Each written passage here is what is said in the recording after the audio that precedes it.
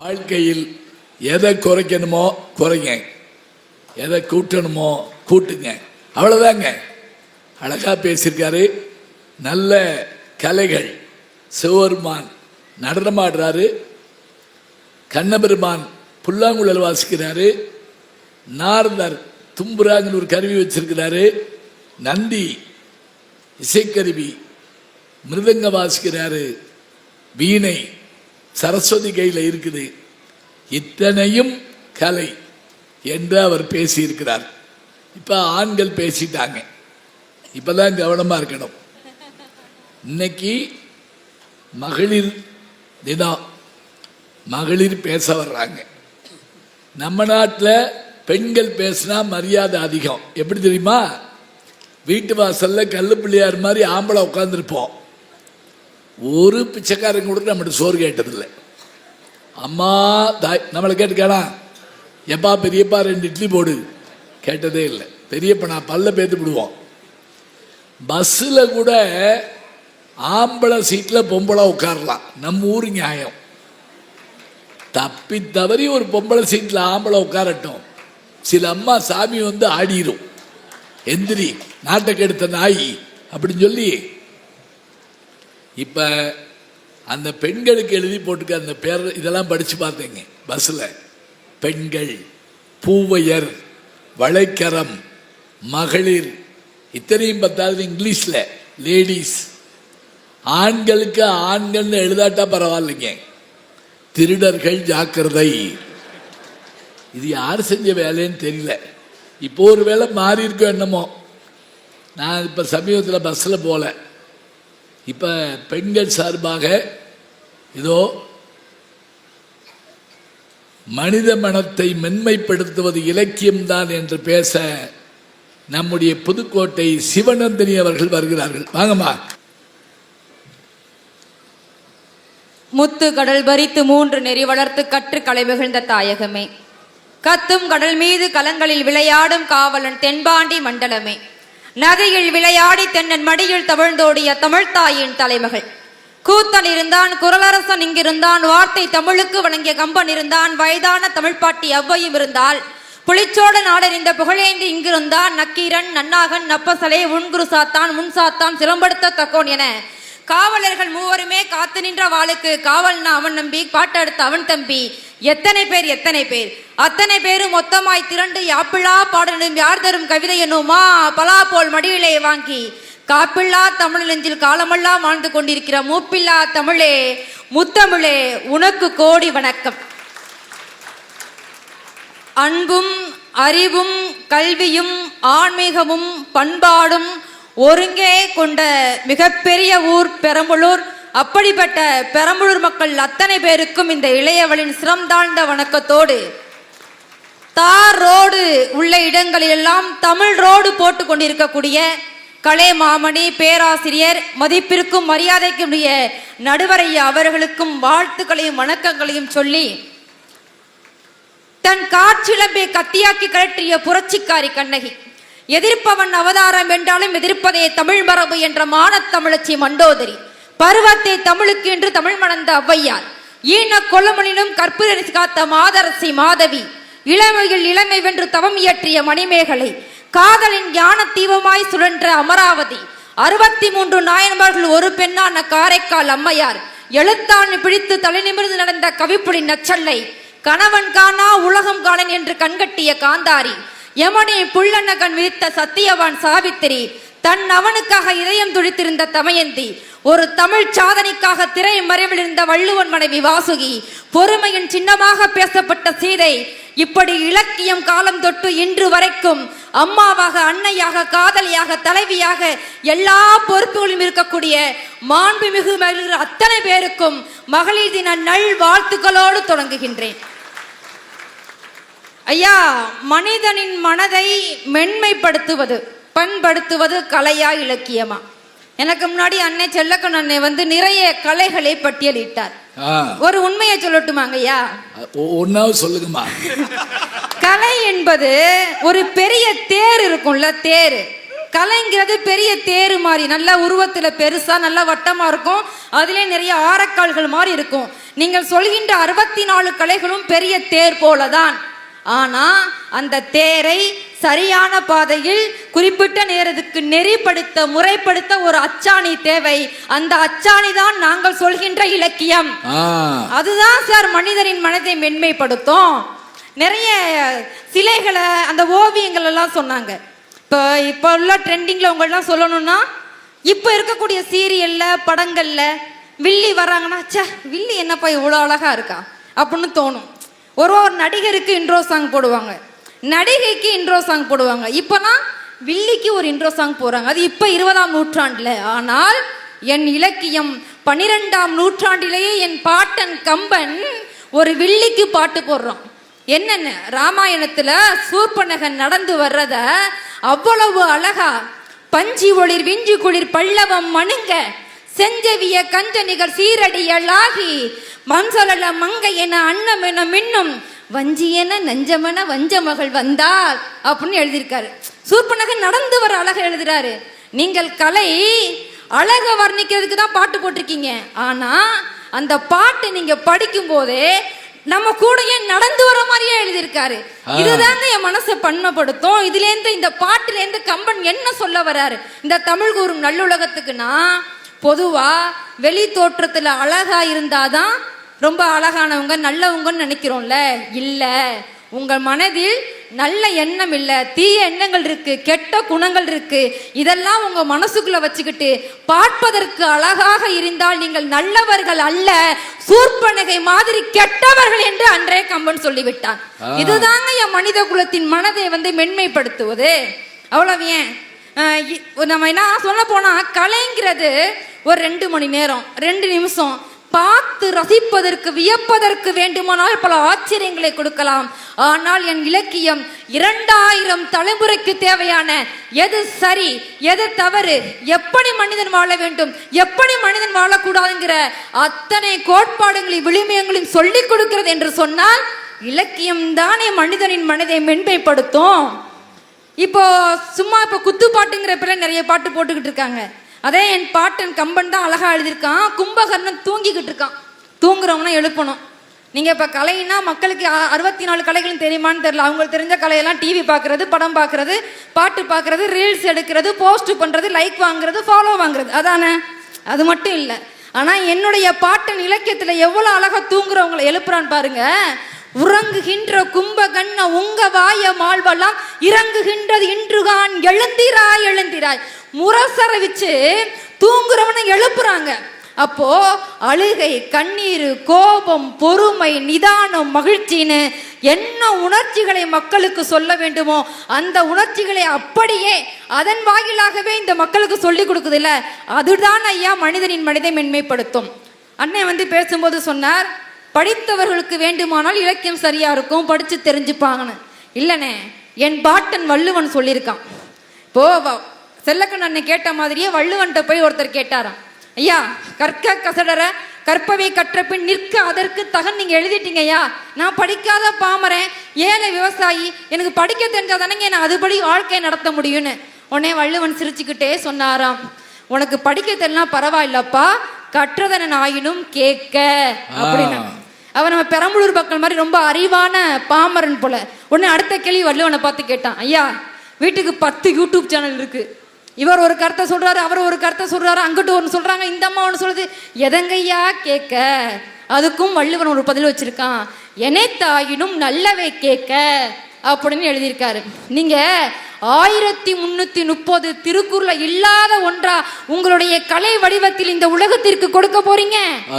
நின்னா உக்காந்தா தூங்குனா துக்கத்துல மகிழ்ச்சியில சோகத்துல அனைத்துக்கும் என் பாட்டன் வள்ளுவன் கொடுத்திருக்கான் ஐயா. திருக்குறளை படித்தாலே போதும் அவங்க நல்லவங்களா மாறிடலாம். இதை நான் சொல்லலைங்க ஐயா. டால்ஸ்டாய் அவர்கள் போரும் அமைதின்னு ஒரு புத்தகம் எழுதியிருந்தார்.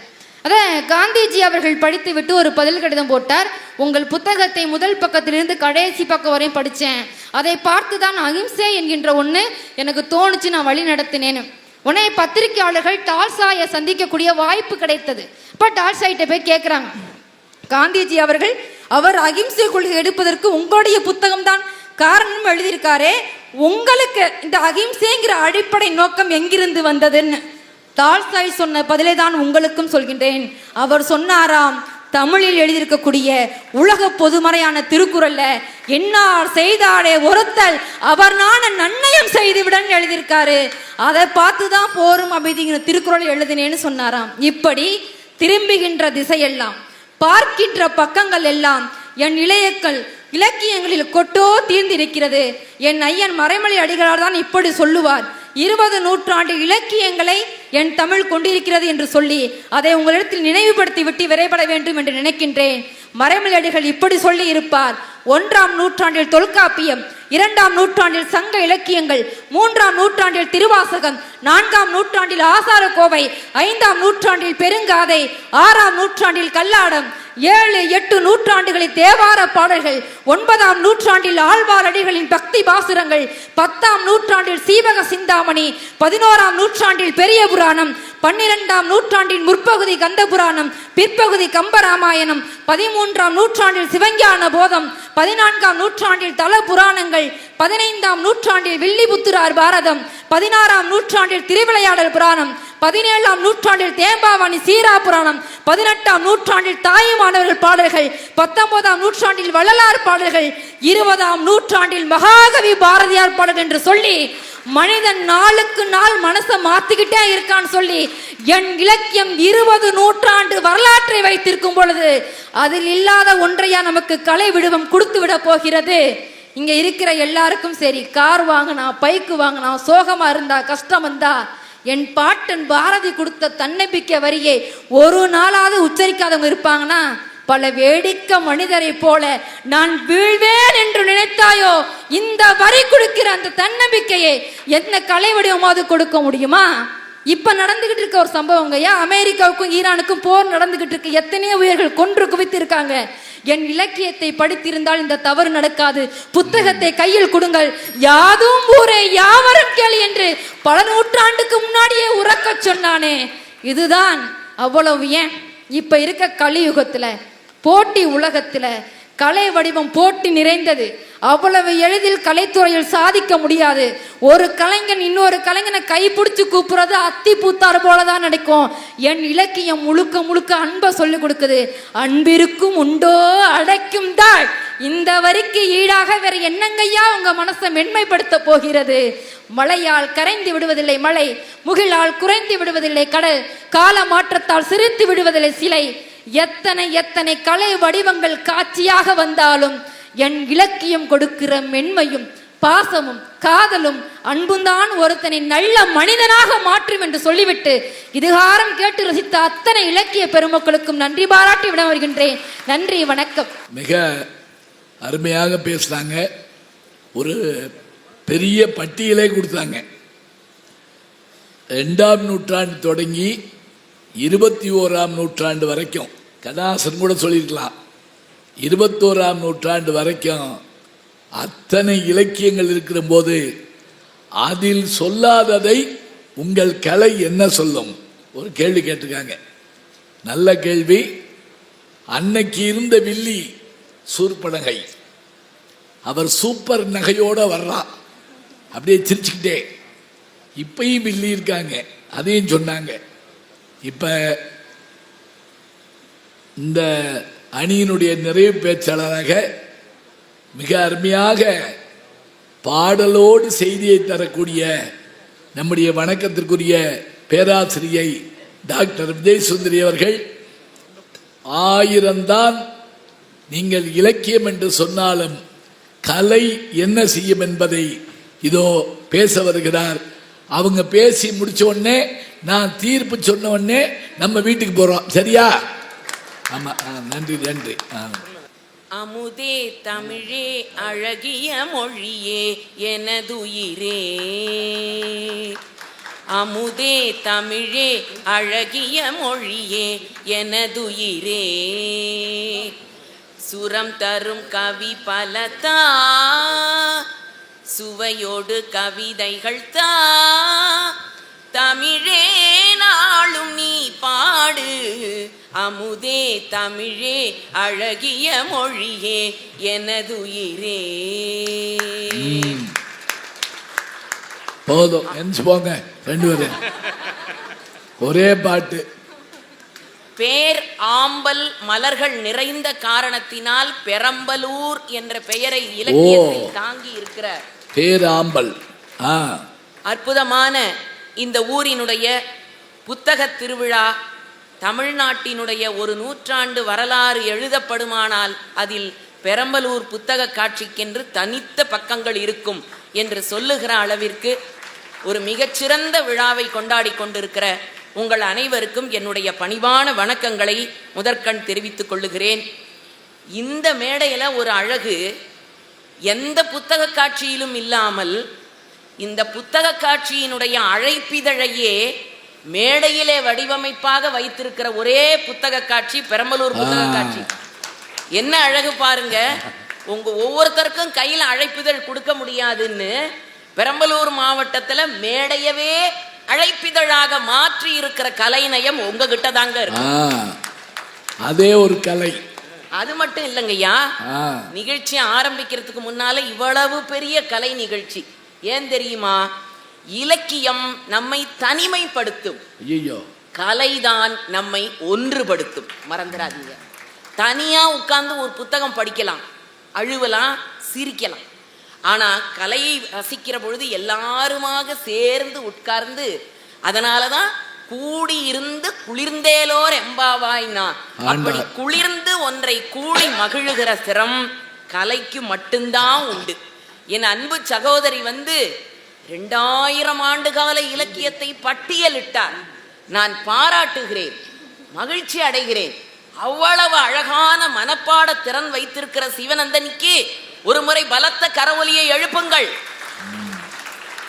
ஆனா அந்த பொண்ணு இவ்வளவு நேரம் பேச்சு கலை என்ற ஒன்றை பயன்படுத்தி தான் அந்த ஒரு நூற்றாண்டு வரலாறை ஒப்பிச்சுட்டு போனாங்களே தவிர புத்தகத்தை பூரா அப்படி மேடையில அடுக்கி வச்சுட்டு போயிருந்தா ஒருத்தர் திரும்பி பார்த்திருப்பீங்களா? இன்னொரு புத்தகம் இருக்கு, கேள்வி கேட்க. பேச்சு கலை என்ற ஒரு அற்புதமான கலை. ஐயா எதிர்கட்சி தலைவர் சொன்னாரு, நீங்க நிறைய நூல்களை, அது என்னது, கார் முதல் வான் வரை அப்படி வச்சுக்கலாம், புத்தகங்களை வானில பறக்கும் பொழுது கூட புத்தகம் படிக்கிறார்கள். யாருங்க புத்தகம் படிக்கல? எல்லாரும் தான் படிக்கிறாங்க. ஆனா எத்தனை பேருக்கு உங்களை போல மேடையிலே அழகொழுக நகைச்சுவையோடு ஒரு கருத்தை சொல்ல தெரியும்? நான் கேட்கிறேன். புத்தகம் குப்பனும் சுப்பனும் தான் படிக்கிறான். அவன் படிச்சான்னா இலக்கியம் அவனை ஒசத்தும். ஆனா அவன் படித்த கருத்தை பலருக்கு முன்பு ஒரு கலையாக்கி கொடுக்கிற பொழுது படிக்காதவனையும் அந்த கலை உயர்த்துகிறதா இல்லையா? அதுதான் கலைக்கு இருக்கக்கூடிய தனித்த அழகு. அப்புறம் ரொம்ப பெருமையா சொன்னாங்களே, நான் ஒன்னே ஒன்று உங்களை கேட்கிறேன், உங்க இலக்கியம் சொன்னது பூரா கலையோட பெருமையை தான். சரி, கலையை பத்தி பேசாம உங்க இலக்கியம் இருக்க முடியுமா? அறிவியலை எழுத வேண்டியது தானே. அறிவியலை கூட கலைநயத்தோடு சொன்னால்தான் மக்களுக்கு போய் சேரும் என்பதால் கலைகளை சொல்லி தனக்கு ஒரு அங்கீகாரத்தை தேடிக்கொண்டது இலக்கியம். கலைய சொல்லலைன்னா உங்க இலக்கியமும் சமையல் புத்தகமும் ஒண்ணு. ஐயோ, ஆமாய்யா, ஆமா, இதுக்கப்புறம் இதை போடணும், இதுக்கப்புறம் இது போடணும்னு எழுதிக்கிட்டு இருந்தா நல்லா இருக்குமா? சொன்னாங்க அன்பு சகோதரி, எப்படியா வில்லி நடந்து வர்றதுக்கு பாட்டு போட்டார். அதே ஒரு கலை. எப்படி? பஞ்சியொளிர் விஞ்சு குளிர் பல்லவமணுங்க, செஞ்சவிய கஞ்சனிமிர் சீரடியளாகி அம்சொல் இளமஞ்சயன அன்னமென மின்னும் வஞ்சியன நஞ்சமென வஞ்ச மகள் வந்தாள். வில்லிக்கு போடுற டியூன்ல பாடுனாதான் வில்லிக்கே பெருமை. அதே பாடுதான். அப்புறம் இன்னொன்னு, இதுக்கு என்ன கருவி தெரியுங்களா? இதுக்கு அது என்ன உடுக்கு, அந்த சிவபெருமான் கையில் இருக்குல்ல உடுக்கை, அது மாதிரி இப்படி வச்சு கோடாங்கிம்பாங்க. கோடாங்கி அடிச்சோம்னா இந்த பாட்டு அப்படி இருக்குமுங்க. இன்னொரு பாடுங்க. பஞ்சியொளிர் விஞ்சு குளிர் பல்லவமணுங்க, செஞ்சவிய கஞ்சனிமிர் சீரடி அழாகி சொல் இளமஞ்சயன அன்னமென மின்னும் வஞ்சியன நஞ்சமென வஞ்ச மகள் வந்தாள். அவ்வளவுதான். அந்த காலத்துல எல்லாம் தெருக்கூத்துன்னு ஒண்ணு உண்டு. ராத்திரி 10 மணிக்கு மேலதான் கூட்டம் சேரும். அதுல படிச்சவன் படிக்காதவன், ஏழை பணக்காரன், படுத்தவன் இருக்கிறவன், எந்திரிச்சவன், எல்லாருக்கும். அவங்க இலக்கியம் படிச்சவங்களுக்கு மட்டும்தான். ஆனா எங்க கலை எல்லாரையும் சமமா நினைச்சு ஒரு தரையில உட்கார வைக்குங்க. அவ்வளவுதான். அங்க படிச்சவனும் உட்கார்ந்துருப்பான், துணை வேந்தரும் உட்கார்ந்துருப்பான், துணி துவைக்கிறவனும் உட்கார்ந்துருப்பான். 2 பேரும் அந்த கலையை பார்ப்பாங்க. அதுல பாத்தீங்கன்னா அறிமுகப்படுத்துவாங்க. கட்டழகி பொட்டழகி எப்படி 12 மணிக்கு காந்தாரி ஒய்யாரி 16 வயது பருவமங்கை எங்கள் அணியில் 32 ஆண்டுகளாக நடித்துக் கொண்டிருக்கிறாரும்பா. 16 வயது பருவமங்கை 32 வருஷமா அவங்க கம்பெனியிலே நடிச்சுக்கிட்டு இருக்கிறாங்க. போதும்ல. இவன் கை தட்டுவான். அவனை அப்படித்தான் முதல்ல உள்ள இழுக்கணும். எடுத்த உடனே அவன் கையில ஒரு புத்தகத்தை கொடுத்து துப்பார்க்கு துப்பாய துப்பாக்கி துப்பார்க்கு துப்பாய தூ மழை திருவள்ளுவர் சொல்லியிருக்காருன்னா என்னம்மா என்னை பத்தி இவ்வளவு காரி துப்புறான்னு ஓடிடுவான் இல்லையா? புரியாதுங்க.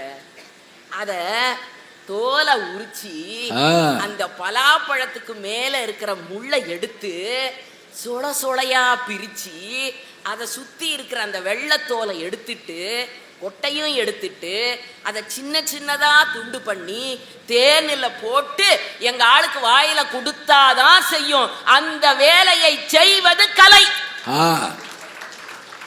புதுக்கோட்டையிலேன்னு தங்கச்சி வந்திருக்கிறா.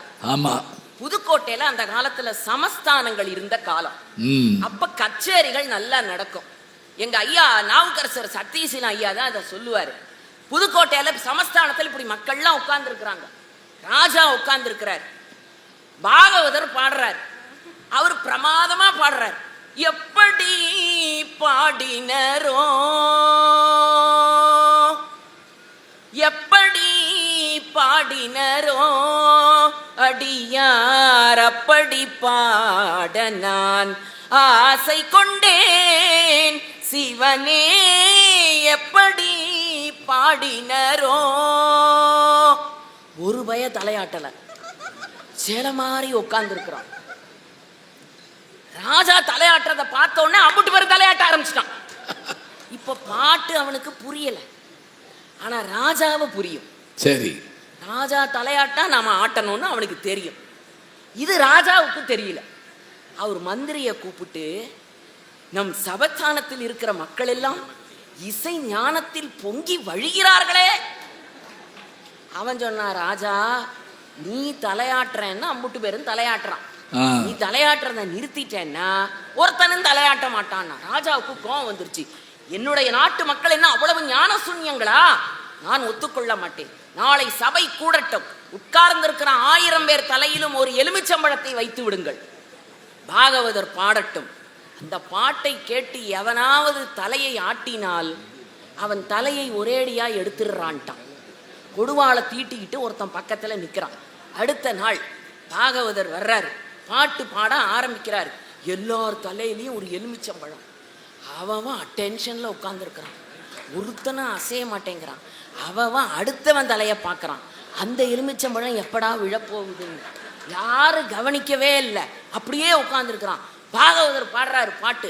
கலையாத மோகன சுவை நானன்றோ, மோகன சுவை நானன்றோ, மோகனம் இழுக்கிறாரு. ஒரே இழுப்பு. ஒருத்தன் போச்சு, தலையில இருக்கிற எலுமிச்சம்பழம் கீழே விழுந்துருச்சு. இப்ப எல்லாம் அவன் கழுத்தையே பாக்குறான். அது வெட்டாமலே ஆடுற மாதிரி இருக்குது. ஒருத்த சொல்றா, ரசிக்கிறீரா? போக போகுது உன் தலையவேங்கிறான். ராசா சொல்றான், கொண்டு வா கொடுவாளை. இந்த அற்புதமான பாட்டுக்கு கூட தலையாட்டாமல் இருக்கிற 999 பேர் தலை வெட்டி போடுறான். கலை என்பது ஒரு கட்டத்தில் நம்மை மறக்கடித்து உள்ளுக்கு இழுக்கும். அதுதான் உணர்வினுடைய விளிம்பு, எச்சம். அதுதான் இன்னைக்கு நாம பெருமையா பேசிக்கிறோம். தங்கச்சி சொன்னாங்க 2000 ஆண்டு கால இலக்கியம். அம்மா, உங்க இலக்கியம் 2000 வருஷம்தான். அதுக்கு முன்னால தோன்றினது நம்முடைய கலைங்கிறத மறந்துடாதீங்க. எப்படி தெரியுமா? தமிழன் கலையோடு பிறந்தவன். எப்படி நான் எப்ப பார்த்தாலும் கிறுக்கிட்டே இருப்பான், அவன் கை சும்மாவே இருக்காது. பிறந்ததிலிருந்து, எழுத்து தொடங்குவதிலிருந்து, இலக்கியம் பிறப்பதிலிருந்து கைகளாலே கிறுக்குகிற தன்மை என்ற கலை உணர்வு அவனிடத்தில் இருந்ததால் தான் ஈகிப்தில் இருக்கிற பிரமிடுல போயும் தன் பெயரை பொறித்து வைக்கிற கிறுக்குகிற கலை ஆர்வம் அவனை விட்டு போகாது. அது அவனுக்கு இயல்பா இருக்குது. இன்னைக்கும் பாத்திரத்துல பெயர் வெட்டுற மரபு நம்ம கிட்ட தானேயா இருக்கு. ஆமா. எந்த ஊர்லயாவது பாத்திரத்துல பேர் வெட்டுறானா? நம்மால கல்யாணத்துக்கு பத்திரிக்கை அடிக்கிறதுக்கு முன்னால பாத்திரத்துல பேர் வெட்டிடுவான். என்ன காரணம்னா அதுதான் இயல்பு. அப்புறம் ஒண்ணு சொன்னாரு, என்னன்னா சிவபெருமா பெரிய பிரளயமே வந்துட்டாலும் திருவாசகத்தில் ஒரு வாசகத்தை எடுத்து வைத்துக் கொண்டார். அது இலக்கியம் அல்லவா? அவருக்கு ஒரு பாட்டு பாடுமா? பாடிய தீரணம். இன்னைக்கு ஐயா ஒண்ணுமே வேணாம். நீங்க ஒரு ஓவியத்தை வரைஞ்சிட்டு அதை வரைஞ்சவர் பக்கத்திலே உட்கார்ந்து இருந்தாதான் அந்த ஓவியத்தை உங்களால ரசிக்க முடியுமா? இல்ல அந்த ஓவியத்தை வரைஞ்சி வச்சுட்டு ஓவியர் போயிடலாம். சரி, ஒரு சமையல் ஊட்டம்மா செய்யுது, அந்த அம்மா செஞ்சுட்டு பக்கத்திலேயே நின்றுகிட்டு இருந்தாதான் அதை சுவைக்க முடியுமா உங்களால? அந்த அம்மா எப்ப செய்யுதுன்னே தெரியாது, செஞ்சு வச்சுட்டு போயிடும், அப்புறம் நீங்க சாப்பிடலாம். பாட்டு, இப்ப பாடுறவர் முன்னால உட்கார்ந்து கேட்டாதான் பாட்டா? எங்கிருந்தோ அப்படி வரும், அப்படி வந்து காதுல வந்து விழும். பாட்டும் நானே பாவமும் நானே பாடும் உன்னை நான் பாட வைத்தேனே. அப்ப பாடுறவர் பக்கத்துல எதிர்த்தாப்புல இருக்கணும்னு அர்த்தம் இல்லை. உலகத்தில் இருக்கிற 64 கலைகளிலும் அந்த கலையையும் அந்த கலையை தருகிறவனையும் பிரித்து பார்க்கலாம். ஆனால் கலையையும் அதை தருகிறவனையும் பிரித்து பார்க்க முடியாத ஒரே கலை நடனக்கலை ஒன்றுதான். அதனால நடராஜர் முடிவு செஞ்சாரு, வேற ஏதாவது ஒரு கலை வடிவத்துல ஒரு இலக்கியமான உட்கார்ந்து இருந்தா என்ன பூட்டி வச்சிருவீங்கடா, கரையானுக்கு இரையாக்கிடுவீங்கடா, படிக்க மாட்டீங்கடா, போனா போய் தொலைது. அந்த நடனக்கலை வடிவத்திலாவது என்னை நீ பார்த்து உன்னுடைய அருளை வேண்டி பெற்றுக்கொள் என்பதற்காகத்தான் திருவாசகத்தை தெரியாதவனுக்கு கூட திருநடன காட்சி உணர்த்த வேண்டும் என்ற நடனக்கலை அப்படி வச்சா நம்ம தமிழ. அது மட்டும் இல்லை, ஒரே ஒரு காட்சி சொல்றேன், வாழ்க்கையில கலை எப்படி மாற்றிச்சுன்னு அவர் சொன்னாரு.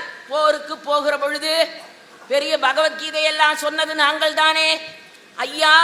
கேட்கிறவன் அர்ஜுனனா இருந்தா நீங்க பகவத்கீதை சொல்லலாம். நம்மாளு பூரா ஒண்ணும் தெரியாதவன், அவன் அன்னாடங்காட்சி மரணத்தை வென்றிடும் அப்படின்னா ஐயோ பயந்தடிச்சு ஓடிடுவான். இவர் ஏதோ பெரிய ஞானத்தை சொல்ல போறாரா? அதுலயே செத்துருவான், மரணம் வந்துரும்.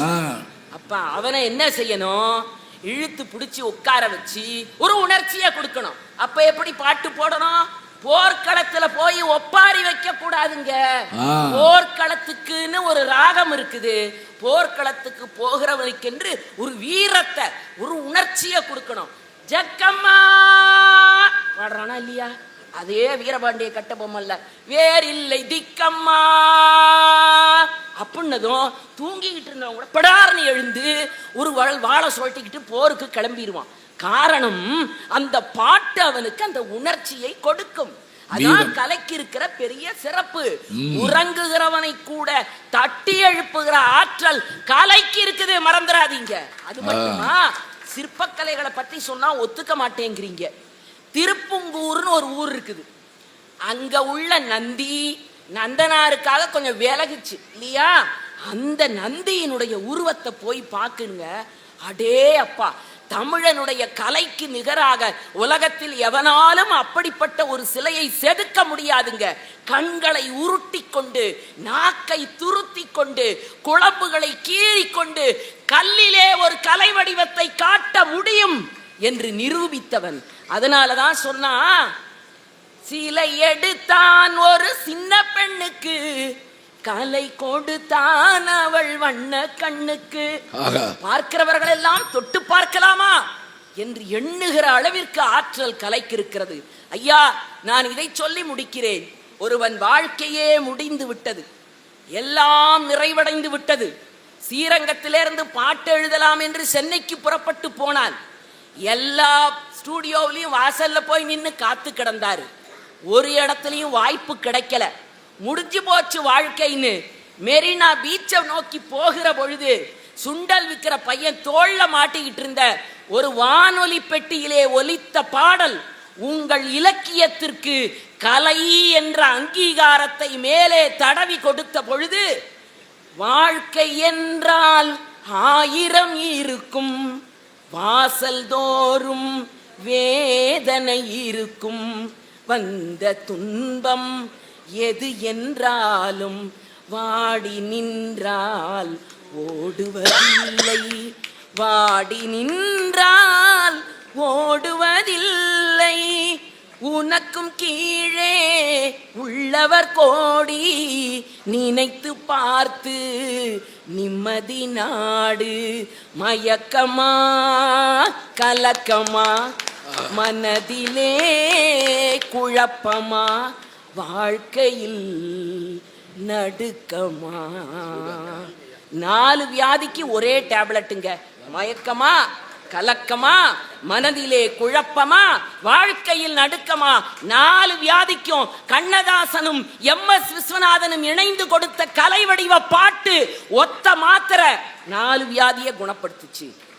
கடற்கரையை நோக்கி சென்றவர் ரெங்கராஜன் என்ற பெயரோடு வாலி என்று மீண்டும் தன்னுடைய வாழ்க்கையை தொடங்க புறப்பட்டார் என்றால், கலையை அனுபவிக்கிறதுக்கு ஒரு காலகட்டம். கலை எழுத்தை புரியாதவனுக்கு கூட புரிய வைக்கிறது. கலை அன்பாக பக்கத்திலே தோள் தட்டி தருகிறது. நீங்கள் சொன்னீர்களே, இந்த பாடலை படித்திருந்தால் ஈரானிலே போர் இல்லை, உக்ரைனிலே போர் இல்லை என்று சொன்னார்களே, அதைத்தானம்மா நாங்களும் சொல்லுகிறோம். உங்கள் இலக்கியத்தை படிக்க வேண்டும் என்றால் தமிழ் மொழி தெரிந்திருக்க வேண்டும். உங்கள் இலக்கியத்தை அறிய வேண்டும் என்று சொன்னால் வேண்டுமென்றால் உக்ரைன் மொழியில் மொழிபெயர்க்க வேண்டும். உங்கள் இலக்கியத்தை படிக்க வேண்டும் என்று சொன்னால் ஒரு மொழிபெயர்ப்பாளர் தேவை, ஒரு உரையாசிரியர் தேவை, குறைந்தபட்சம் ஒரு சிவநந்தினியை போல ஒரு பேச்சாளராவது தேவை. ஆனால் எங்கள் கலை அப்படி அல்ல. என் மனதுக்கு ஏற்ற பாட்டை தட்டினால் AR ரஹ்மான் பாடின ஜெய்ஹோ வார்த்தை தெரியலங்க, ஆனால் வந்தே மாதரம்னு ஒண்ணு அத்தனை பேர் எழுந்து நிக்கிறோம்ல. அப்ப கலை மொழிகளுக்கு அப்பாற்பட்டது, கலை எல்லைகளுக்கு அப்பாற்பட்டது, கலை கல்விக்கு அப்பாற்பட்டது, கலை அறிவுக்கு அப்பாற்பட்டது. மனித மனம் சோகத்தில் ஏங்கி கிடக்கிற பொழுது சுகமாக தாலாட்டுவதற்கு ஒரு தாலாட்டு பாடல் என் கையில் இருந்தால் என் தாய் பக்கத்தில் இருக்கிறாள் என்ற உணர்வை அது தருகிறது என்றால் என்ன பொருள்? இலக்கியத்தை நாங்களும் குறை சொல்லவில்லை. மேடைகள் தோறும் ஐயாவினுடைய தலைமையில் பல இலக்கிய நிகழ்ச்சிகளை பேசுகிறோம், மறுக்கவில்லை. ஆனால் அதே இலக்கியத்தை நான் பாட்டாக பாட வேண்டும் என்பதற்காக நடுவர் படுகிற பாடு இருக்கிறதே. நாங்கள் மறந்து விட்டால் அம்மா அந்த பாட்டை பாடு என்று ஏன் சொல்லுகிறார்? யாராவது பேசும்போது எடுத்து கொடுக்கிறாரா? என்ன பேசினாலும் அவ்வளவுதான் கைத்தட்டல் வரும்னு அவருக்கு தெரியும். ஆனா அதையே ஒரு பாட்டாக்கி கொடுக்கிற பொழுது இன்னும் அது சுவை கூட்டும் என்று சொல்லுகிற காரணத்தினால் தமிழனுடைய கலைகள், அது நாட்டுப்புற கலையாக இருக்கலாம், சிற்பமாக இருக்கலாம், ஓவியமாக இருக்கலாம், எல்லா கலைகளையும் பூ தொடுக்கிற கலை முதல் கோலமிடுகிற கலை வரை, பெயர் வைக்கிற கலை முதல் உடை உடுத்துகிற கலை வரை, வீடு கட்டுகிற கலை முதல் சமைக்கிறது வரை எல்லாம் கலை. நன்றி, வணக்கம். பாட்டை கேட்ட உடனே மகிழ்ச்சியா இருந்தது. இத்தனைக்கும் பாட்டை எடுத்து கொடுத்தது இந்த அம்மா தான். இந்த பொண்ணா? சரி, பொண்ணு. அந்த பாட்டையே நம்மளை ரசிக்க வச்சுட்டாங்க. கம்பனே கேட்டிருந்தாலும் மகிழ்ந்திருப்பான், அப்படியாக பாடுகிறார்கள். அது காரணம் நான் சொன்னாங்கல்ல, நான் பாட சொல்றேன்னு. உங்களை பாடுற நான் ஏன் சொல்றேன்? பாட்டு வருது சொல்றேன். இவரை சொன்னா நான் பாடினா பேசவே இழுத்துக்கிட்டு இருக்கேன். எனக்கு என்னன்னு தெரியல, மைக்கு நல்ல மைக் கிடைச்சோம். ஒரு மாதிரி தொண்டை இதாக இருக்கட்டும். அதுக்காக என் தொண்டை விட்டு விட மாட்டேன், ஒழுங்கா செஞ்சிருவேன். என் தொண்டு சரியா இருக்கும், கவலைப்பட வேண்டாம். மிக அருமையாக பேசிய பேராசிரியர் அவர்களுக்கும் 4 பெருமக்களுக்கும் நல்ல ஒரு கைதட்டலை கொடுத்து பாராட்டுங்க. நாங்கள் பெற்ற பேற்றில் மிகச்சிறந்த பேர் எது என்று கேட்டால், நிகழ்ச்சியை நடத்துகின்ற பப்பாசி, நிகழ்ச்சியை நடத்துகின்ற இந்த மக்கள் மன்றம், எல்லாவற்றுக்கும் மேலாக நம்முடைய மாவட்ட ஆட்சித்தலைவரும் வருவாய் வட்டாட்சியரும் இருந்து இந்த நிகழ்விலே முழுமையாக இருந்து கேட்கிறார்கள் என்றால் அது எங்களுக்கு பெருமை. நாங்கள் தன்யவானானம் சொல்லுவாங்கல்ல, அதுபோல 1000 பணிங்க அவங்களுக்கு. உண்மையை சொல்றதா இருந்தா, ஒரு பக்கம் தேர்வு, இன்னொரு பக்கம் தேர்தல் வரப்போகுது, இன்னும் எத்தனையோ வேலைகள், பத்தாவதுக்கு இன்னும் பல பல விஷயங்கள் இருந்தாலும் கூட அவர்கள் இருந்து நல்ல விஷயத்துக்கு ஆதரவு தருகிறார்கள். அதே போல ஐயா நம்முடைய ரோவர் கல்வி குழுமங்களுடைய தலைவர் ஐயாவும் பணத்தை வாங்கிட்டு போயிடணும், என்னை கூப்பிடக்கூடாது அப்படி சொல்லாம நான் வர்றேன், குடும்பத்தோடு வர்றேன், இருந்து கேட்குறேன்னு சொல்றாங்கன்னா, நல்ல பாட்டு பாடினா சிவபெருமானே குடும்பத்தோடு வருவாராங்க. கண்ணுதர் பெருங்கடவுள் கழகமோடு அமர்ந்து பண்ணுற தெளிந்து ஆய்ந்ததி பசுந்தமிழ், திருவிளையாடல் புராணம். நல்ல பாட்டுன்னா சிவபெருமான் குடும்பத்தோடு வந்துடுவாராம். குடும்பத்துடன் காண வேண்டிய படம் போடுறாங்கல்ல, இப்ப எல்லாம் அப்படிலாம் போக முடியாது. படம் வீட்டுக்குள்ள ஓடுறப்ப குடும்பம் படுற பாடு, முன்னாடி அந்த பையனை பார்த்து அப்பா கத்துறாரு, மோசமான காட்சி, கண்ணை முடுறா அப்படிங்கிறாரு. அவன் ஓடியாந்து அவங்க அப்பா கண்ணை மூடிவிட்டான் அப்படியே. ஏன்னா அவனுக்கு வருத்தமா இருக்கும்ல, அப்பாவுக்கு கண்ணு கெட்டு போயிடுவாருன்னு. இங்க அப்படி இல்லைங்க. இப்ப பாருங்க, இவர்கள் பேச பேச அத்தனை பேர் ரசிச்சிங்க பாருங்க. அதுவும் அந்த எலும்புச்சம்பள கதை கேட்டப்ப நீங்க, அது கலை இல்லைங்க, உங்க தலை. அப்படியே அசையாம உட்காந்து கேட்குறீங்க. திருவாவூர் ராஜரத்னம் பிள்ளை, அவரை சாதாரணமாக கூட்ட முடியாதுங்க. நாதஸ்வரத்தில் அவர் தோடி ராகமாச்சா கண்ணாசன் கேட்பார், எப்படி உன் குழலில் மட்டும் தோடி ஓடி வருகிறது அப்படின்னு கேட்பாருங்க. தில்லடம் போனாமல் அந்த அம்மா கேட்கும்ல, உங்க நாயனத்துலதான் இப்படி வருதா, எல்லா நாயனத்திலையும் வருமானு கேட்கும்ல. இப்ப அந்த ராஜரத்னம் பிள்ளையை கூட்டிட்டு வந்து தஞ்சாவூர்ல ஒரு பெரிய ஜமீன்தார் மிராசுதார் அவரை நாசுர வாசிக்க வைக்கிறாருங்க. புட்டமே உட்காந்து கேட்குது. அப்ப மைக் கிடையாது. பக்கத்துல கேஸ் லைட்டை தலையில வச்சுக்கிட்டு ஒரு ஆள் நிற்கிறாரு. வேட்டியை வரைஞ்சி கட்டி, சட்டை போடலங்க, தலையில கேஸ் லைட்டு, சூடு. இப்ப இவர் ஒரு ராகத்துல ஒரு கமகம் கமகம், அந்த கமகம் வாச்ச போது பேஷ் அப்படின்னு இப்ப சொன்னாங்கல்ல, அது மாதிரி ஒரு சத்தம் கடிச்சாங்க. யாரு தெரியுமா? சட்டை போடாம வேட்டியை வரிஞ்சு கட்டி தலையில நெருப்பு வெயிட்ட தூக்கிட்டு இருந்த அந்த லைட் மேன் என்ன பண்ணாரு, இந்த ராகத்தை கேட்டுட்டு சபாஸ் பேஷ் அப்படின்னு ஒன்னே ராஜரத்னம் பிள்ளை நாதஸ்வரத்தை கீழே வச்சுட்டு அவரை கும்பிட்டாராமுங்க. நான் ஜமீன்தாருக்காக வரல, அவர் கொடுத்த பணத்துக்காக வரல, உனக்காகத்தாயா வந்தேன் அப்படின்னாராமுங்க. அற்புதமான கலையை ரசிக்கக்கூடிய, இலக்கியத்தை ரசிக்கக்கூடிய பெருமக்களுக்கு நன்றியை சொல்லி சுருக்கமாக முடிச்சிடுறேன். நான் ஒரு கிராமத்தில் பேசுகிறப்ப முன்னாடி உட்கார்ந்துருந்த ஒரு வயசான அம்மா, அது வெத்தலை பாக்கு இடிச்சு போட்டுக்கிட்டு இருந்துச்சு. கேட்கலையாக்குன்னு நினச்சேன் நான். அது எப்படி கேட்டுச்சு தெரியுமா என்னைய? ஆமாம், அவங்களுக்கெல்லாம் நீ மணி அடிச்சு இல்லை, உனக்கு யார் மணி அடிப்பா? என்ன ஞானம்னு பாருங்க. நான் சொன்னேன், நான் எனக்கே மணி அடிப்பேன். ஏன்னா நான் வகுப்பில் பாடம் எடுத்து பழக்கம். சில பேர் கோவத்தில் கடியாரத்தை பார்த்துக்கிட்டே இருப்பான் பையன், சில பேர் கலட்டி ஆட்டி பார்ப்பான். அதில் ஒருத்தர் ரொம்ப நேரம் கடியாரத்தை பார்த்துட்டு அப்புறம் காலண்டரை பார்த்துருக்கான். இவர் எப்போ வந்தார்,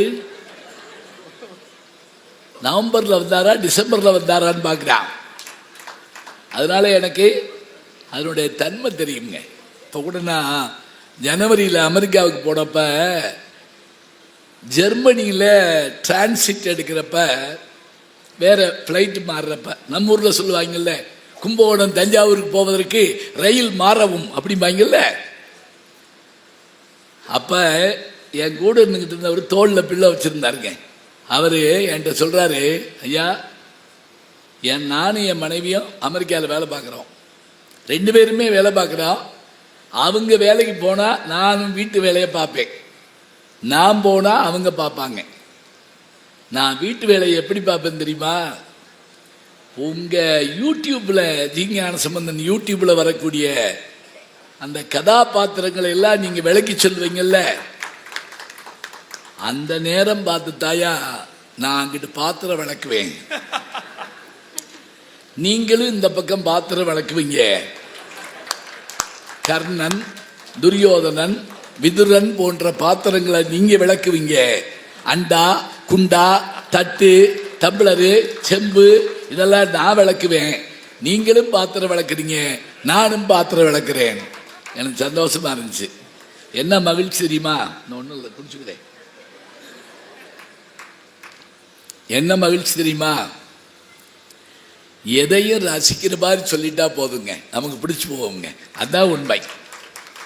சொல்ல தெரியாம சில பேர் பாடம் நடத்துறப்பவே புரிஞ்சிடக்கூடாதுன்னு நடத்துவாங்க, பார்த்துருக்கீங்களா? புரிஞ்சிருமோ அப்படின்னு. ஒருத்தர் சொன்னாரு, ஒரு வரியை வச்சுக்கிட்டு சில பேர் பாடம் நடத்தி முடிச்சிருவாங்களாம். ஒரு வரி போதுமா? அவ்வளவு அறிவான்னு நினைக்காதீங்க. அது என்ன வரி தெரியுமா? தோட்டத்தில் மேய்து வெள்ளை பசு, அங்கு துள்ளி குதிக்குது கன்றுக்குட்டி, நாவால் நக்குது வெள்ளை பசு, பாலை நன்றாய் குடிக்குது கன்றுக்குட்டி. இவ்வளவெல்லாம் கிடையாது, ஒரே வரி. தோட்டத்தில் மேய்து வெள்ளை பசு. 1 மணி நேரம் ஒரு ஆள் நடத்திருக்காரு. தோட்டத்தில் மேய்து வெள்ளை பசு. தோட்டத்தில், காட்டில் மேயல, கரையில மேயல, வீட்டில் மேயல, வெளியில மேயல. வெள்ளை பசு, கருப்பு பசு இல்லை, பிரவுன் கலர் இல்லை, சிவப்பு இல்லை, வெள்ளை பசு. பசு கரடி இல்லை, ஓனாய் இல்லை, நீ மனுஷனே இல்லை அப்படின்னு நினைச்சிருப்பாங்க. அப்படிதான். ஏண்டா இப்படியாடா பாடம் நடத்துவாங்க? அதுல கடைசி வார்த்தை, அது மேயுது, கடிக்கல, திங்கல, உங்கல, மேயுது. விளங்கும்ல? விளங்கும், ரொம்ப விளங்கும். இப்ப ஒரு செய்தியை சொல்ற போது ஒரு செய்தியை 1 மணி நேரம் சொல்றது பெருசு இல்லைங்க. ஒரு வினாடிக்குள்ள 100 செய்தியை சொல்லணுங்க, அதுதான் முக்கியம். 1 மணி நேரமா ஒரு செய்தியை சொல்றது ஒரு வகை, ஒரே நிமிஷத்தில் 100 செய்தியை சொல்வது ஒரு வகை, அதுதான் முக்கியம். இப்ப இலக்கியம், கலை ரெண்டையும் பார்த்துட்டோம். நல்லா பேசிட்டாங்க. எனக்கு தெரிஞ்சு இலக்கியம் தொடங்குறப்பவே எனக்கு என்ன மகிழ்ச்சி தெரியுங்களா? கலைவாணி கையில் இருக்கக்கூடியது எதுன்னு கேட்டா புத்தகம் தாங்க. எனக்கு தெரிஞ்சு இன்னும் படிச்சுட்டு இருக்க ஒரே அம்மா யாருன்னு கேட்டா சரஸ்வதி மட்டும்தான். அதனுடைய நாற்கரங்கள்ல 2 கரத்துல வீணை, ஒரு கரத்துல ஜபமாலை, ஒரு கரத்துல புத்தகம். படி. எது வரைக்கும் படிக்கணும்? சில பேர் கேட்டால் எது வரைக்கும் படிப்பேன்? ஏழை கிடைக்கணும், கல்யாணம் ஆகி போச்சு, அப்புறம் படிக்க மாட்டான். அப்புறம் எப்படி படிப்பான்? ஒருத்தர்கிட்ட கேட்டேன், உங்கள் பையன் என்ன படிக்கிறான்? தம்பி படிப்பை முடிச்சிட்டான். படிப்பையே முடிச்சிட்டானா? என்ன படிச்சிருக்கான்? 8th fail. இதுக்கு பேர் படிப்பை முடிச்சதா? அவன் வாழ்க்கையை முடிச்சிட்டான்.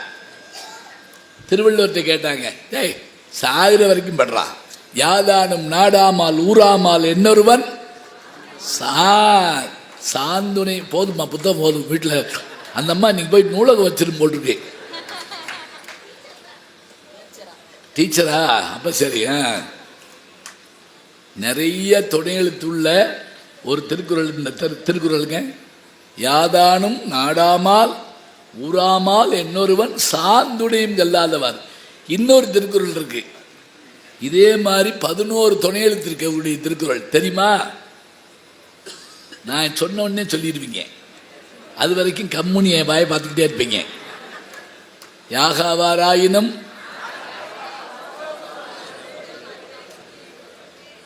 என்னது பணங்கள் கண்டா, சரி வச்சிருங்க. யாகாவாராயினும் நாகாக்க காவாக்கால் சோகாப்பர் சொல்லிலுக்கு பட்டு. துணை எழுத்தே இல்லாமலும் திருவள்ளுவர் திருக்குறள் எழுதுவார் தெரியுமா? துணை எழுத்தே கிடையாதுங்க ஒரு திருக்குறள்ல. சொல்லிவிட்டாரு சொல்லிவிட்டாரு. வாங்க, அவ்வளோதானா? வேற யாரும் சொன்னாங்களா? எந்த குறள்? இந்தாங்க, அங்க அங்க பாருங்க, 2 கையில வாங்க. கற்க, இங்க வர ஒரு சின்ன குழந்தை கூட சொல்லுது. முழு குறள் தெரியுமா? இங்க வா, உனக்கு எதுக்கு புஸ்தகம் மிச்சம்? புஸ்தகம் தீர்ந்து போனா கல்கண்டு தான் கொடுப்பேன். என்னையா இருக்கா? ஏதோ பாதாள கரண்டியில் எடுக்கிற மாதிரி இந்த வந்துருச்சு. அப்படி என்ன படிக்கிறீங்கப்பா? 4த்துன்னா 4ஆம் கிளாஸ். சரி, நான் ஒரு குழந்தைகிட்ட நீ என்ன படிக்கிறேன்னு கேட்டேன். 4th ஸ்டாண்டர்ட்னு சொல்லிச்சு. தமிழில் சொல்லுங்கன்னு. 4th ஸ்டாண்டர்ட் தமிழ் தானே அப்படின்னு கேட்டுச்சு. அப்புறம் நான் என்ன செய்யறது? வேறு யாரு? 4th 10th? சரி, இவருக்கு ஒன்று என்னது?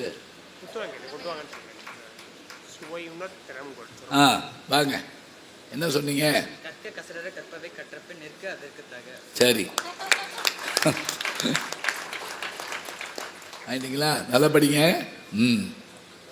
இதுல துணை எழுத்தே இல்லை. அதுவும் இருக்கா? இல்ல, அதுல துணை எழுத்து இல்லையா? செல்வத்துள் செல்வமா கேள்விப்பட்டிருக்கமா?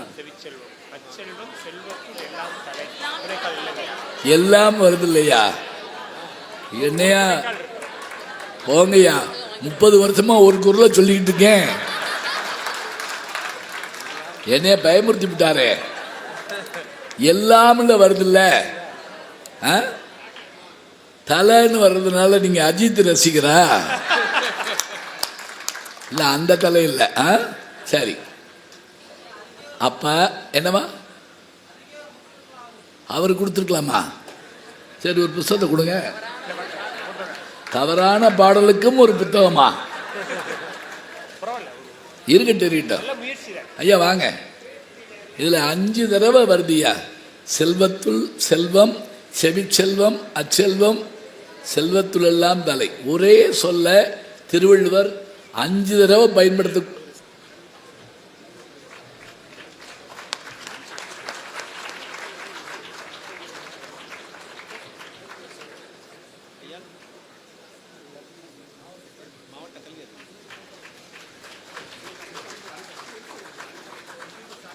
ஹலோ ஐயா, அவர்களுக்கு நல்ல உற்சாகமாக இருக்கிற கரகோஷம் கொடுங்க. ஐயா மாவட்ட கல்வி அதிகாரி அவர்கள். உண்மையிலே ரொம்ப சந்தோஷமாக இருக்குது. முதன்மை கல்வி அலுவலர் அவர்கள். ரொம்ப ரொம்ப நன்றி ஐயா, ரொம்ப நன்றி. உண்மையிலே குரல் சொல்லி ஐயா பெருமை சேர்த்திருக்கிறார்கள். ரொம்ப நன்றி ஐயா, வணக்கம். இப்போ நான் இன்னொரு கேள்வியை கேட்டு பட்டிமன்றத்துக்குள்ளே போயிடுறேன். 5 தடவை செல்வம்னு வருதுல்ல, ஒரே சொல்லு.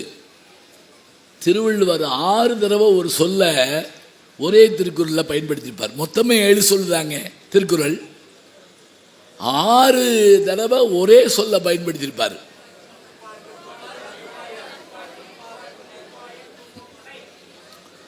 கொடுத்த புத்தகத்தில் வாங்கிடுவேன்.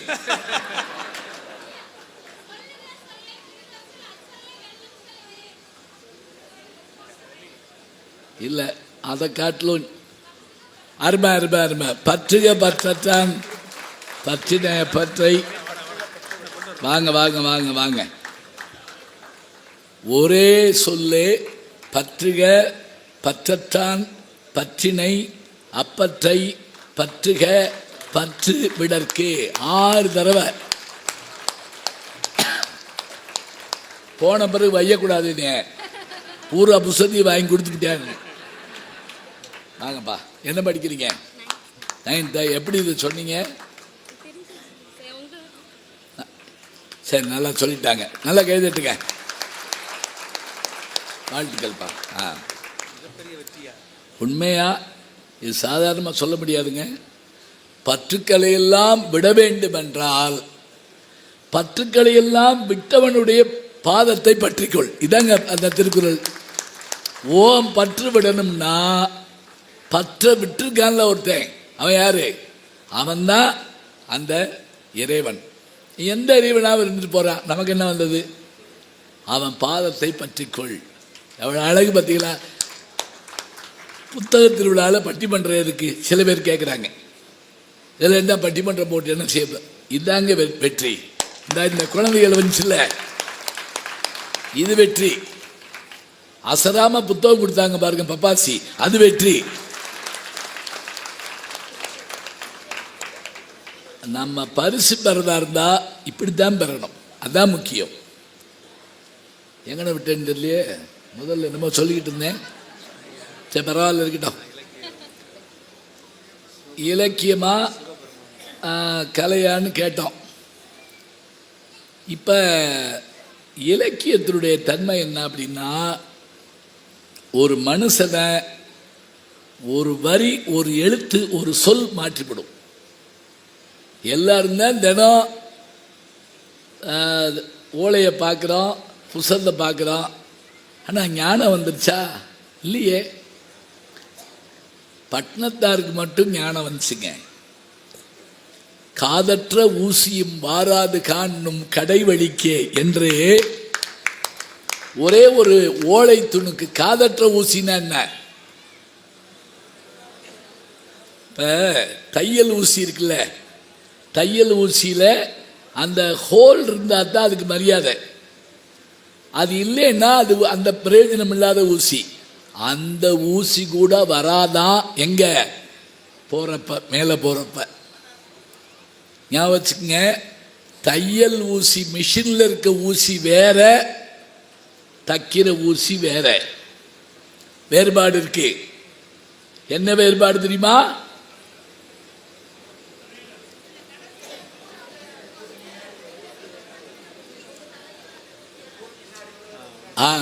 கரெக்டாக சொல்கிறாங்க. அதாவது இந்த தைக்கிற ஊசியில் கூர்மை முன்னாடி இருக்கும், ஹோல் ஓட்ட பின்னாடி இருக்கும்.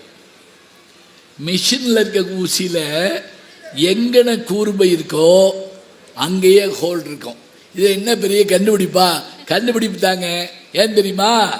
இதில் முழுவதும் போனால் தான் இந்த ஊசி தைக்கும். ஆனால் அதில் கூர்மை போனாலே தைச்சிவிடும். இதுதான் கண்டுபிடிப்பு. அறிவு கொஞ்சம் கொஞ்சமாக தாங்க வளரும், ஒரு இதில் வராது. ஆனால் பட்டினத்தார் ஒரே ஒரு ஓலை துணுக்கு பார்த்தார், அப்படியே மாறிச்சு. அவருடைய வாழ்க்கையே மாறிச்சு. அதே போல் ஒரு செய்தியை பார்த்த உடனே கண்டுபிடிச்சு போடலாங்க. ஒரு சபையில் 2 பேர் வந்தாங்க. 2 பேரும் நிலத்தகராறு வந்து அதை தீர்த்து வைக்கிறதுக்கு அந்த சபையில் முடிவாங்கிறதுக்காக வந்தா, அங்கே ஒரு சின்ன பையன் உட்கார்ந்துருந்தான். எங்களுக்கே 80 வயசு, எங்களாலேயே தீர்க்க முடியல.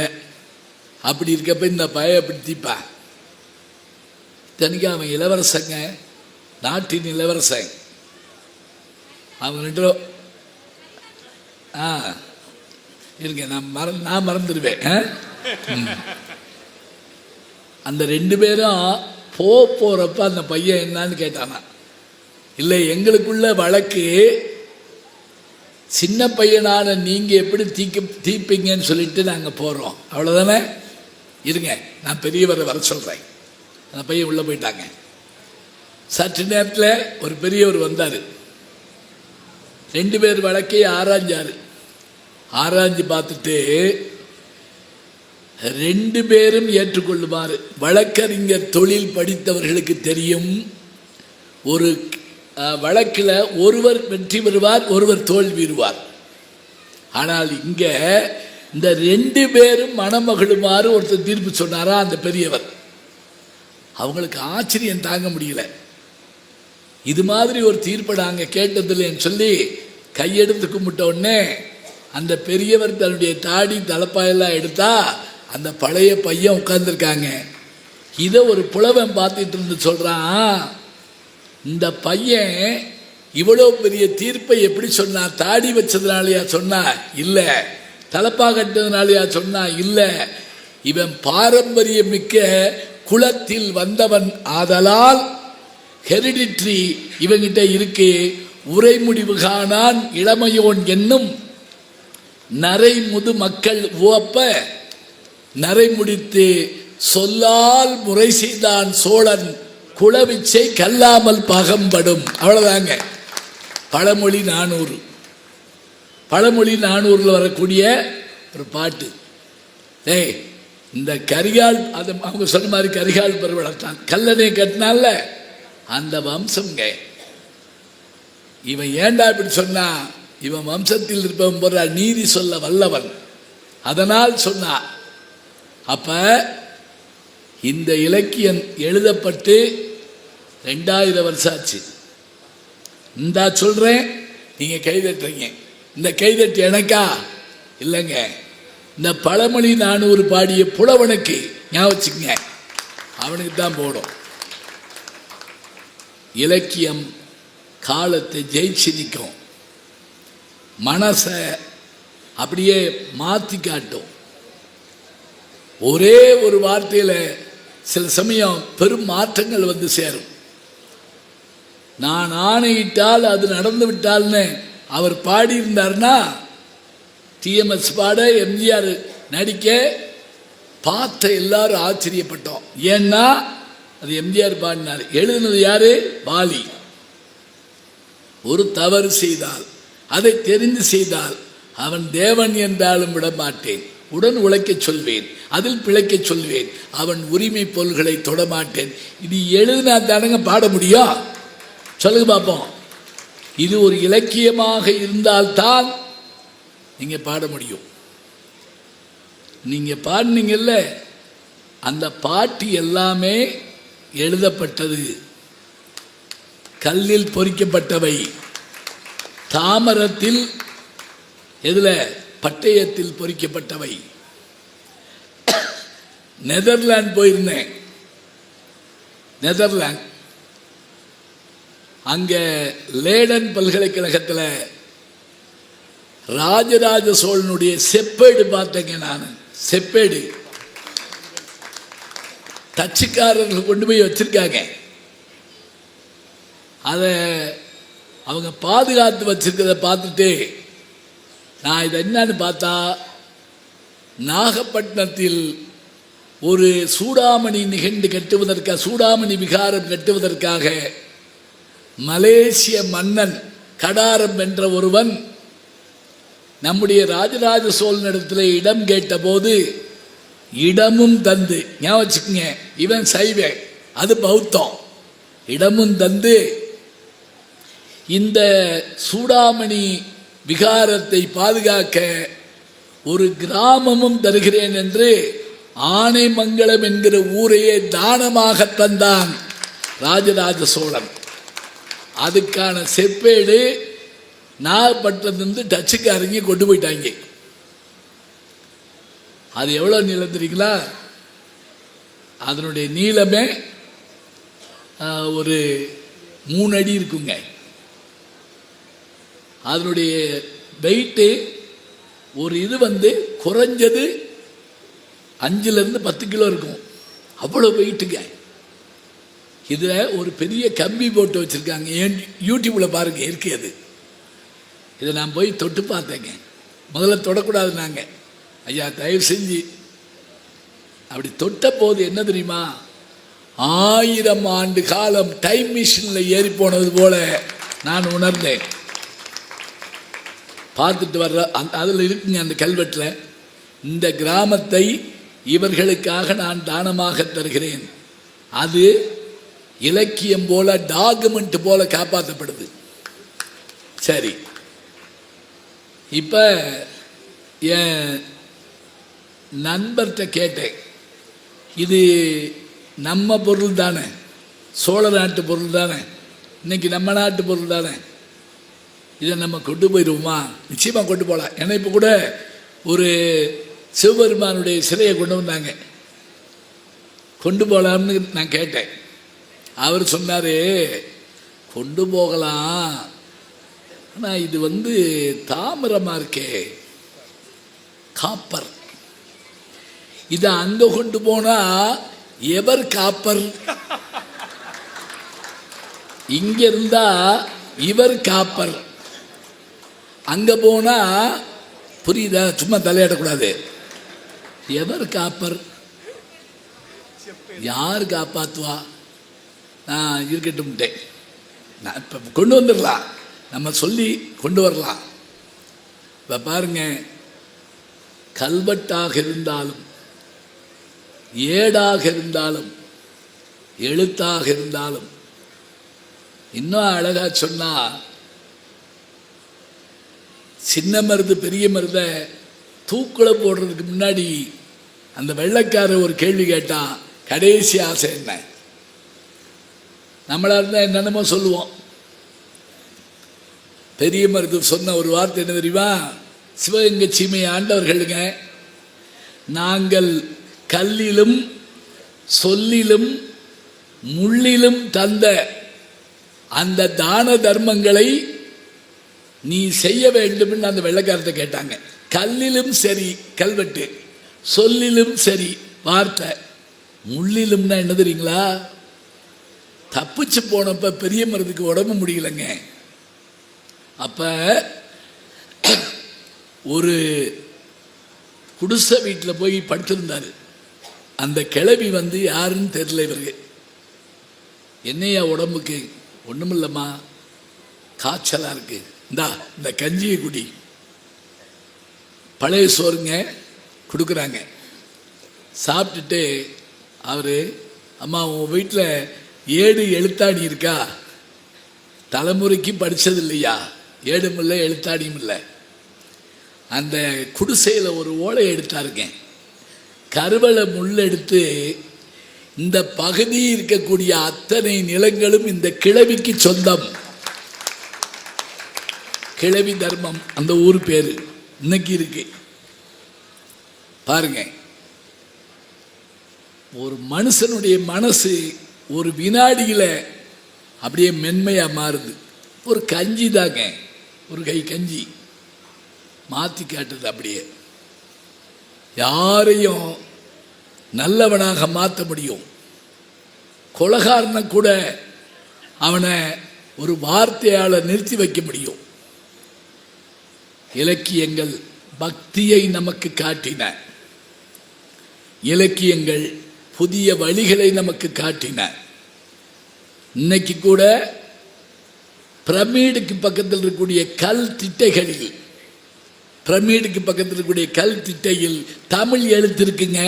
நான் சொல்லல, சுவிட்சர்லாந்தை சேர்ந்த ஒரு பேராசிரியை, பாரிஸை சேர்ந்த ஒரு பேராசிரியர், 2 பேரும் சொல்றாங்க அது தமிழ் எழுத்து. அதில் இருக்கக்கூடிய ஒரு தமிழ் பெயர் என்ன தெரியுமா? சிகை கொற்றன் அப்படின்னு ஒரு தமிழ் பேர் இருக்கு. எங்க? அங்க இதுல இருக்கு, பிரமிடுக்கு பக்கத்தில் அந்த கல் திட்டையில் இருக்கு. யோசிச்சு பாருங்க. இலக்கியம்னா வெறும் புராணம் இதிகாசம் மட்டும் இல்லைங்க. அது கல்வெட்டாக இருக்கலாம், கடிதமாக இருக்கலாம், ஆவணமாக இருக்கலாம், செப்பேடாக இருக்கலாம், எதுவாக இருந்தாலும் அவையெல்லாம் என்ன செய்கின்றன என்றால், நான் இந்த செப்பேடை பார்க்குறப்ப மனசு என்ன ஆகுது தெரியுமா, எத்தனை பெரிய பாரம்பரியத்தில் நாம் வந்திருக்கோம் என்று என் மனம் லேசாக மாறுதுங்க. இறகு போல பறக்குது. அப்படியே இப்படியே ஒவ்வொன்றா பார்க்க பார்க்க பார்க்க பார்க்க இலக்கியத்தினுடைய பெருமை நமக்கு தெரியுது. அவங்க சொன்னாங்கல்ல, 3000 ஆண்டு பழமை. இன்னைக்கு ஆர்டிஃபிஷியல் இன்டெலிஜென்ஸ் மூலமாக இருக்கக்கூடிய புதுமை, இதுலேயும் இலக்கியம் ஜெயிக்குது என்றால் இருங்க என்றால் மனித மனத்தை மென்மைப்படுத்துவது இலக்கியம்தான். ஐயா போனா போங்க, இன்னும் பணம் கொடுக்கல, எனக்கு ஒன்றும் இல்லை என்றால் நீங்க சந்தோஷப்படுவீங்க. இருங்க, அம்மா பாடிடாதீங்க, எந்திரிச்சு வசை பாடுவேன் அப்படின்னு நாம இசை பாடிக்கிட்டு இருந்தேன், தப்பா தீர்ப்பு சொன்னா வசை பாடுவேன். கலைன்னு என்ன தெரியுங்களா, இப்ப இலக்கியத்துக்கு இவ்வளவு உயர்வு இருக்குங்க. இது எழுத போய் தான் அவங்க பாடினாங்க. நான் எழுதினதை அவனே பாடிருக்கலாம்ல அந்த புலவனே. அதுக்கு ஒரு ஆளை தேடினாங்கல்ல, இசைவானரை சொன்னீங்கல்ல, அரங்கேற்றிருக்காதை. எங்க கண்ணகி மாதவியில கண்ணகி குடும்பத்திற்கு வேண்டிய அத்தனை குணங்களை உடையவதாங்க. ஆனா மாதவி எல்லா கலைகளிலும் வல்லவள். அதுதான் பெரிய சிறப்பு. அவளுக்கு தெரியாத கலையே இல்லை. அதனாலதான் என்ன தெரியுமா, மாதவியின் அழகை காட்டுல அவ அறிவு அவனை மயக்குச்சுங்க. அதுதான் பெரிய ஆச்சரியம். எப்பவும் கற்றாரே காமருவர், அதான் உண்மை. இங்க அவளுக்கு எல்லா வகையான நடனமும் தெரியும். கோலம் போடுவா, சமப்பா, பாடுவா, இன்ஸ்ட்ருமெண்ட் வாசிப்பா. காணல் வரி படிச்சு பாருங்க. திங்கள் மாலை வெண்குடையால் சென்னி செங்கோல் அதுவோச்சி கங்கை தன்னை புணர்ந்தாலும் புலவாய்வாளி காவேரிங்கிற பாட்டை இங்க சேஸ்தாஸ் குரல்ல கரும்புங்கிற படத்துல கேட்டு பாருங்க. இப்ப யூடியூப்ல போட்டு கேளுங்க. அடே அப்பா, அவ்வளவு அருமையா இருக்குங்க. அவன் பாடினா இவன் எதிர்பார்த்து பாடினா. பாட தெரியும், ஆட தெரியும், இசை மயக்கம். அப்படியே நான் 2003 அமெரிக்காவுக்கு போயிருந்தப்ப நாட்டிய பேரொளி பத்மினி அவங்க வீட்டுக்கு போயிருந்தேங்க. என்ன வேணாலும் சொல்லுன்னு சொல்லக்கூடாது, போயிருந்தேன் சத்தியமா. போயிருந்தேன்னா அந்த அம்மா என்னுடைய கேசட்ஸ் நான் வாங்க சிரிக்கலாம்னு போட்டிருந்தேன். அப்பவே அது அப்போ கூட போடல, நான் 91 போட்டேன். நான் போட்டது 1000 கேஸ் எடுத்தாங்க. ஆனால் லட்சக்கணக்கில் வித்துச்சு. எப்படி தெரியுமா, அவையவே போட்டுக்கிட்டா. காப்பி ரைட்லாம் கிடையாது. அவையவே போட்டு அவையவே பேசிட்டா. போறாங்க விடுங்க, இன்னமும் பேசுறாங்க. எனக்கு அதுதான் வேதனை. பேசட்டும். அந்த அம்மா என்னுடைய கேசட்லாம் கேட்டுட்டுங்க. நான் போன உடனே என்ன அவ்வளோ அழகாக வரவேற்றாங்க. வரவேற்று உட்காந்து நீங்கள் சாப்பிட்டு தான் போகணும்னாங்க. சீக்கிரம் முடிச்சிடுறேங்க. சரி, கேட்டுட்டு சாப்பிட்டு தான் போகணும்னாங்க. 10ஆவதுக்கு என்ன பண்ணாங்க தெரியுமா, ராஜஸ்லோச்சனாவுக்கு ஃபோன் பண்ணாங்க, அஞ்சலி தேவிக்கு ஃபோன் பண்ணாங்க. ஏன் ஜாதகத்தை பாருங்க, அம்பட்டு கவர்ச்சி கேட்டீங்க, வயசான பிறகுதான் பார்க்க வேண்டிய ஆகி போச்சு. நான் என்ன பண்றது, இருக்கட்டும். ஆனால் எனக்கு அவ்வளவு சந்தோஷம், இவங்களெல்லாம் நம்ம நேரில் பார்க்குறோமே அப்படின்னு. அப்போ 3 பேரும் ஏமா இருக்கட்டும், முடிச்சிட்டீங்களா இல்லையா, இல்லாட்டி மணி அடிப்பேன். அப்போ என்கிட்ட கேட்டாங்க, நான் நடித்த படத்தில் உங்களுக்கு பிடிச்ச படம் இல்லையான்னு கேட்டாங்க. நடித்த படத்தில் பிடிச்ச படம் எதுன்னு கேட்டாங்க. எல்லா படமும் நாம அப்படி சொல்லக்கூடாது, ஏதாவது ஒரு படம் சொல்லுங்க. அப்போ தாங்க நான் சொன்னேன், தில்லானா மோகனாம்பாள் நான் சொன்னேன். அந்த அம்மா திரும்ப என் கையை இறுக்கி பிடிச்சிக்கிட்டு ஏயா அப்படின்னு கேட்டாங்க. அது எங்கள் ஊரில் படம் ஆரம்பிக்கிறப்ப மதுரையில் ஆரம்பிக்கும். அழகர் ஆற்றுல இறங்குறப்ப மீனாட்சி கல்யாணத்தப்ப நாதஸ்வர கோஷ்டியும் நாட்டிய கோஷ்டி மோகனா கோஷ்டி வருவாங்க. ஒரு பக்கம் சிக்கல் சண்முக சுந்தரம், இன்னொரு பக்கம் இந்த அம்மா திருவாரூர் மோகனாங்கி. ஆமாம், எங்கள் ஊரில் ஆரம்பிக்குமா. அது மட்டுமா காரணம்? இல்லைம்மா. அதில் என்ன அப்படின்னா, இவர் நாதஸ்வரம் வாசிக்கிறப்ப பார்த்து வெடி போட்டுருவாங்க. 2 வெடி பார்ப்பார், அப்படி வச்சிருவார், வாசிக்க மாட்டார். பாலையா கூட வைவார், ஞான சூனியம், இசையை ரசிக்கிட்டு கிளப்பிடுவார். ஆனால் அதுக்குள்ளே பத்மினி வந்து இறங்கி இவங்களை பார்க்க வருவாங்க. அப்போ நாதஸ்வரம் வாசிக்கிட்டேங்க சிவாஜி பாலையாட்ட அப்படின்னு பாருங்க, கண்ணில் வந்து இறங்குறாங்க அப்படின்னு. படம் பார்க்குறப்ப அப்படி பார்க்கணும், ரசித்து பார்க்கணும். போன வாரம் ஒரு படம் நான் பார்த்துக்கிட்டு இருக்கேன், ரசித்து ராஜபாட்டு ரங்கோதரை கண்ணீர் மல்க பார்த்துக்கிட்டு இருக்கேன். என் பக்கத்தில் ஒருத்தர் 4 முறுக்க ஒன்றா கடிக்கிறான், கற்கு கற்கு கற்குன்னு தின்றான். நான் கோவத்தோடு அவனை திரும்பி பார்த்தேன். அவன் அப்படின்னா, போடே நாக்கு மட்டும் பாட அவனுக்கு படைச்சான், செவி இல்லையா? இப்போ அப்படிம்பார் சிவாஜி. வாட்சி முடிச்சுட்டு பாதியில் விட்டுட்டு எந்திரிச்சிருவாங்க. அந்த அம்மா வரும், வந்து அறிமுகமாயிட்டு நான் ஆட போகிறேன், நீங்கள் இருந்து கேளுங்க. எதுக்கு? வெடி சத்தத்துக்கா அப்படின்னு கேட்பாரு. ஏன் ஆடக்கூடாது? ஆர்ப்பரிக்கும் அலையின் ஓசைக்கு ஆடலாம் அந்த அம்மா சொல்லும். எல்லாம் சொல்லும், ஆடு ஆடு அப்படின்ட்டு போயிடுவார். இப்போ இந்த அம்மா ஆட போதுன்னு ஊரே வந்து உட்காந்துருக்குங்க. சிவாஜிக்கு பயந்து எல்லாரும் போகாமல் இருப்பாங்க. பாட்டு ஆரம்பித்த உடனே சிவாஜிக்கு தெரியாமல் ஒரு ஆளாக ஓடுவாங்க. திரும்பி பார்ப்பாரு, ஒரு வயல் இருக்க மாட்டா. இவர் எந்திரிச்சு துண்டை போட்டு போயிடுவாருங்க. போய் ஒளிஞ்சி நின்று பார்ப்பாரு. இவர் வந்துட்டாருங்கிற விஷயம் அந்த அம்மாவுக்கு தெரியும். அந்த அம்மா தன்னை பார்க்குதுன்னு அவருக்கு தெரியும்.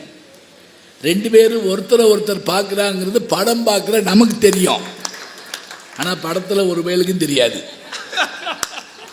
அதுதான் படம். மறைந்திருந்தே பார்க்கும் மர்மம் என்ன? அழகர் மலையழகா இந்த சிலை அழகா என்று மறைந்திருந்தே பார்க்கும் மர்மம் என்ன? இதில் என்ன தெரியுமா முக்கியம்? இப்போ தான் நம்மாட்ட நான் சொல்கிறேன் மா, இதில் என்னன்னா, நீங்கள் அவரை பார்க்கறதும் அவர் உங்களை பார்க்கறதுமாக நீங்கள் பாடுவீங்க. எப்படி பாடுவீங்க? எங்கிருந்தாலும் உன்னை நான் அறிவேன், என்னை நின்னை அல்லால் வேறு யார் அறிவார்? பாவையன் பதம் காண நாணமோ, உந்தன் பாட்டுக்கு நான் ஆட வேண்டாமோ? மாலவா வேலவா மாயவா சண்முகா எனையாளும் சண்முகா. சண்முகான்னா அவர் பேருங்க. எல்லா பெண்களுக்கும் அந்த காலத்தில்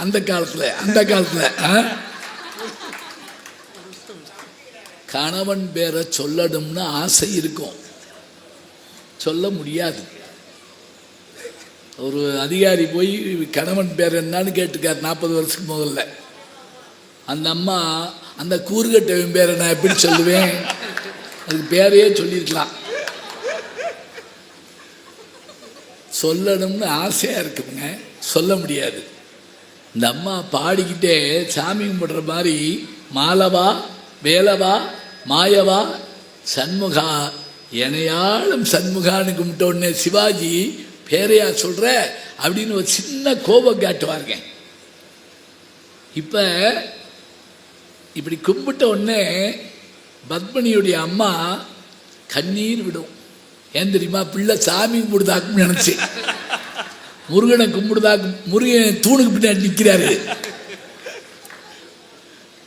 இப்போ நான் அந்த பாட்டை கேட்டுட்டுங்க, இலக்கியவாதி இல்லையா, பக்கத்தாள்கிட்ட சொன்னேன், கண்ணாசம் பாருங்க, பாட்டுக்கு நடுவில் அந்த கதாநாயகன் பேர் வர்ற மாதிரி பாடியிருக்காருன்னு நான் சொன்னேன். அவர் வெத்தலை வாக்கு போட்டுக்கிட்டேங்க, இந்த பாட்டு என்ன ராகம் தெரியுமான்னாரு. தெரியாதே, சண்முக பிரியா ராகம் அப்படின்னாருங்க.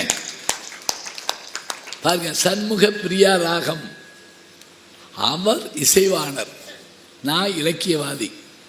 இதை நான் சொன்ன உடனே அந்த அம்மா பட்ட சந்தோஷம், யார்? பத்மினி. ஐயா, நடிச்சப்ப காட்டில் எனக்கு மகிழ்ச்சி நீங்கள் சொல்கிறப்ப ஏற்படுத்தியா. இன்னொன்று சொல்லிச்சுங்க, அந்த அம்மா சென்ஸ் ஆஃப் ஹியூமர் அப்படி உள்ள அம்மா. அந்த அம்மா யார்? பத்மினி. நாட்டிய பேரொழி, அழகி, அதெல்லாம் இருக்கட்டும், எப்படி சிரிக்க வைக்கிறதுங்கிறீங்க என்னைய நான் தான் சிரிக்க வைப்பேன்னு கேள்விப்பட்டிருக்க. எப்படி தெரியுங்களா ஐயா? சம்பூர்ண ராமாயணம் நடிச்சோம்யா, நான் தான் சீதை. ராமர் என்.டி. ராமாராவ், அவருக்கு தமிழ் தெரியாதான். அவருக்கு தமிழ் சொல்லி கொடுக்க ஒரு ஆளை அனுப்பியிருக்காங்க. 15 நாள் கழிச்சு அந்த ஆள் தெலுங்கு பேசிக்கிட்டே வந்திருக்கான். அவனுக்கு தமிழ் மறந்து போச்சு. ஒகேனக்கல்ல தான் எடுப்பாங்களாம், வெயிலில் தான் எடுக்க முடியுமா. சுடு பாறையில் உட்கார்ந்து அந்த எடுப்பாங்களாம். அப்போ அவர் மெதுவாக சீதே சீதேன்னுட்டே இருப்பாராம். இந்த அம்மா அவருக்கு தமிழ் தெரியாதுல்ல, சீக்கிரம் சொல்லி தொலையா, அந்த ராவணனே தேவலாம் அப்படிங்குமா. ஒவ்வொன்றா பேச கேட்க கேட்க ஆச்சரியம் என்னன்னா, இந்த பாட்டை இப்படி பிரித்து பார்த்து ரசிக்க ஆரம்பித்தா இதில் இருக்கக்கூடிய கலை வடிவம் நமக்கு தெரியுதுங்க. நினச்சி பாருங்க. இதை ஒரு பொறியியல் கல்லூரியில் பேசுகிறேங்க. இது முடிஞ்ச உடனே ஒரு பொண்ணு வந்து ஆடிச்சு, 4000 பேர் எந்திரிச்சுருந்தாங்க. எந்திரிச்சுன்னு கை தட்டா. அது யாருக்கு தெரியுமா? பாட்டு எழுதின கண்ணதாசனுக்கு, இசையமைச்ச கேவி மகாதேவனுக்கு, பாடின பி சுசிலாவுக்கு, ஆடின பத்மினிக்கு, டைரக்ட் பண்ண ஏபி நாகராஜனுக்கு, இவ்வளவு பேருக்கும் அது போகுதுன்னு சொன்னா அந்த கலை என்ற ஒற்றை நாடி. கோயிலுக்கு போய் சாமி கும்பிடுறது வேறங்க. மதுரையில் ஆயிரங்கால் மண்டபம் இருக்கு. அந்த ஆயிரங்கால் மண்டபத்தில் ஒரு மீனாட்சியினுடைய அழகான திருவுருவம். என் கூட வந்த கைடு என்னை கூட்டிகிட்டு போய் இந்த மீனாட்சி சிலையை பார்த்தீங்களா பாருங்க, அது அருங்காட்சியகத்தில் இருந்தால் சிற்பம், உள்ள இருந்தால் தெய்வம். பார்த்துருக்கனே அப்படின்னே. அப்படி பார்க்கக்கூடாதுங்க. இந்த பாருங்க, பைக்குள்ள இருந்து ஒரு சின்ன ஈர்க்குச்சி எடுத்தாருங்க. அதை மூக்கில் இப்படி தடவினாருங்க. தடவிட்டு அந்த ஈர்க்குச்சி இப்படி திருகி வச்சாருங்க. இந்த இடத்துல அந்த மீனாட்சிக்கு மூக்குத்தி போடுற ஓட்டை இருக்குங்க. யாரு? நம்மால் போட்டிருக்கா. எப்பயாவது வாய்ப்பு இருந்தா கிருஷ்ணாபுரம் என்ற ஒரு ஊர் இருக்கிறது. எங்க? திருநெல்வேலி பக்கத்தில். கிருஷ்ணப்ப நாயக்கர் இலங்கையை ஜெயிச்சுட்டு வர்றப்ப அந்த ஊரில் அந்த கோயிலை ஏற்படுத்தியிருக்காரு. அங்கே ஒரு மன்மதன் ஒரு ரதி சிலை இருக்குங்க. அந்த மன்மதன் கையில் ஒரு கரும்பு வில்லு, அதை உடச்சு விட்டாங்க நம்ம ஆளுங்க, அது வேற விஷயம். அந்த கரும்புக்கு மேலே ஒரு சின்ன மிளகளவு துவாரம் இருக்குங்க. அது 5.5 அடி உயரம் அந்த கரும்பு வில்லு. இதில் ஒரு சின்ன கல்லை போட்டோம்னா உள்ள ஓடி வந்து கீழே விழுகுதுங்க. இது எப்படி ஓட்ட போட்டிருப்பான், ட்ரில் பண்ணியிருப்பான். நான் அங்கே இருக்க ஒரு 90 வயசு கிழவர்கிட்ட கேட்டேன், இது எப்படியா ஓட்ட போட்டிருப்பாங்க? அவர் எங்கள் தாத்தா சொன்னார், இதை செஞ்சுட்டு மேலே தேனும் கருப்பட்டி பாகு வைப்பாங்களாங்க. எறும்பு போய் போய் போய் போய் அதுல ஒரு ஹோல் வருமா, அது வழியா மூளை விட்டு எழுப்பாங்களாம். கலை யோசிச்சு பாருங்க. அந்த சில வரியினால நம்ம உயிர் அப்படி ஆட்டம் காணும். காட்டு விலங்கறியும் கைக்குழந்தை தானறியும் பாட்டின் இசையதனை பாம்பறியும். நாங்க பாரதி 10 நாளைக்கு முதல்ல எங்கள் வீட்டில் உட்காந்துருந்தேன். ஒரு பேர் இல்லாத அன்னோன் நம்பரில் ஃபோன் வந்துச்சு. ஞானசம்பந்தம், நீங்கள் சொன்ன பாட்டு தப்பு. எனக்கு மண்டைக்கு ஏறிச்சு கோவம். நான் சொன்ன பாடல் தவறா அப்படின்னு சொல்லிட்டு, இல்லை நான் சரியாத்தான் சொன்னேன். அட இல்லைன்றேன். என்னங்க இல்லைங்கிறீங்க? அந்த யானை பாட்டு தானே, அந்த யானையெல்லாம் வந்து நின்று கேட்டுச்சு, அந்த பாட்டு தானே. நான் சொன்னதாங்க ரைட்டு. அமிதாப் பச்சன் இளையராஜா சாருடைய 1000வது படத்துக்கு அந்த பாராட்டு கூட்டம் நடத்துகிறப்ப அவர் சொன்னார், இந்த பாட்டை கேட்டுட்டு தான் அந்த யானைகள்லாம் திரும்பி போச்சு அப்படின்னு. ஐயோ, அந்த கூட்டத்தில் நானும் உட்கார்ந்துருந்தேன். அவர் பேசவே இல்லை. எனக்கு அப்பத்தாங்க சுதி இருந்துச்சு. பேசுகிறவரே இளையராஜாங்க. அவரே சொல்கிறாரு அந்த பாட்டு இல்லைன்னு. நான் அவரோட வாதாடிக்கிட்டு இருக்கேன். நான் சொன்னேன், அட கடவுளே, மதுரையில் இந்த குழப்பம் இருக்கத்தான் செய்யும். சிவபெருமான்கிட்ட வாதாடின நக்கீரன் மாதிரி நான் உங்களோட போய் வாதாடிருக்கேனே, அது என்ன படம்னு கேட்டேன்.